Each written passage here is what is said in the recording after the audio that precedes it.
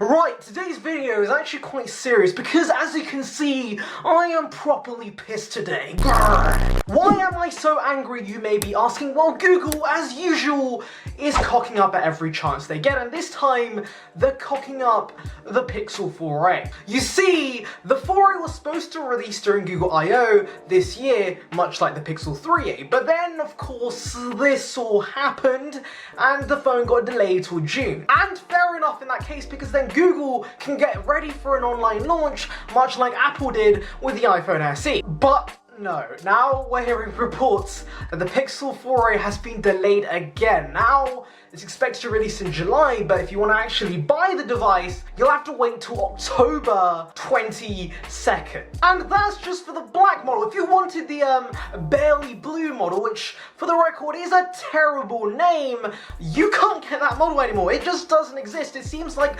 Thanos just came in, snapped his fingers, and the phone's just disappeared off the face of the earth. But of course, the bigger issue is the fact that this phone is being delayed again. Now, there are plenty of issues with releasing this phone this late. For one, the competition right now in this segment is looking real juicy. And yes, I am exactly talking about the OnePlus Z, because if you remember in my video, this phone is going to be a powerhouse in terms of hardware, and comparing the OnePlus Z with the Pixel 4a, the OnePlus Z just trumps the 4a in pretty much everything. But most importantly, the software advantage Google had with the Pixel 3a will no longer exist, because the OnePlus Z will also have a clean Android experience with 3 years of timely updates. So moving on, my second reason is that this is the perfect time to release this smartphone. Whether Apple did this knowingly or not, the iPhone SE being released during the pandemic was a huge baller move, because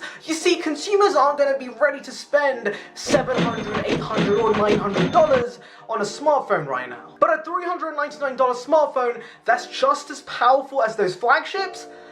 Heck yeah! Boom, everyone's throwing their money at our boy Lil Timmy. And so for people who for some reason prefer Android, the Pixel 4a could have been the perfect iPhone SE alternative. Though my biggest issue with the release of the Pixel 4a is that it's being released scarily close to the Pixel 5. And by that point, I think the 4a might look old from the consumer's perspective. And what I mean by that is, when a potential buyer is shopping for a new smartphone and sees the recently announced Pixel 4a alongside the recently announced Pixel 5, they're immediately gonna think, ew, that Pixel 4a must be some old phone. I don't want an old phone. I'm gonna look elsewhere. Also, the whole marketing concept that the Pixel 4a brings the flagship camera of the Pixel 4 will be ruined because, well, the Pixel 4 isn't the flagship anymore. Now, I know some people might be thinking I'm exaggerating things, but honestly, this is how a lot of consumers think. They don't want to know they're getting the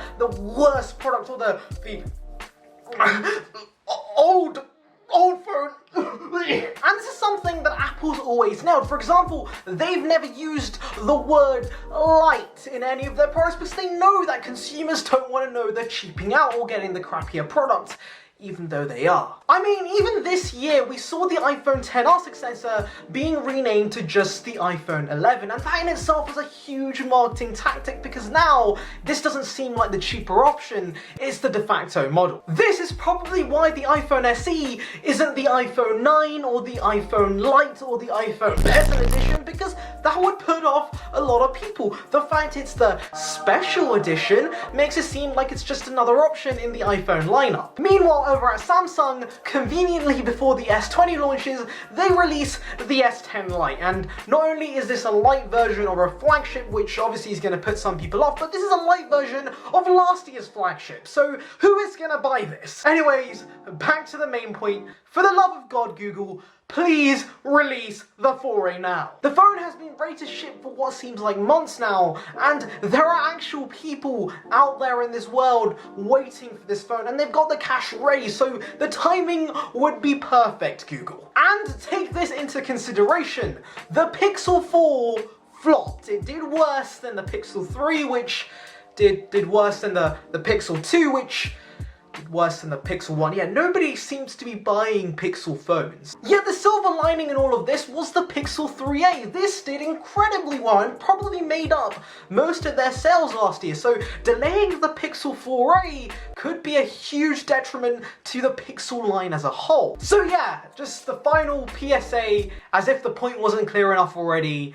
Google, don't ruin the Pixel line, release the 4a now. And if Google doesn't get their act together, then I'm coming for you, Sundar Pichai. Now I know you're a fellow Tamil brother and I'm supposed to be kind to my fellow Tamil brothers, but enough is enough. Google has been cocking up too many things, and if you screw over the Pixel 4a, I'm coming to fight you. Look how strong I am. You want to see some clips of me in the gym, huh? Yeah, you don't want to mess with this. Now, if you've made it this far into the video, welcome back to the word at the end thingy, where I tell you to put a word in the comments if you've made it this far. Today's word is water, because my mouth is very dry right now from all the talking, and so I must hydrate immediately. So yeah, if you've made it this far, put that word below. You're one of the real ones. Just do the things. You know what to do now. And on that note, thank you for watching. Subscribe for a daily dose of tech. Like this video if you enjoyed it, and of course,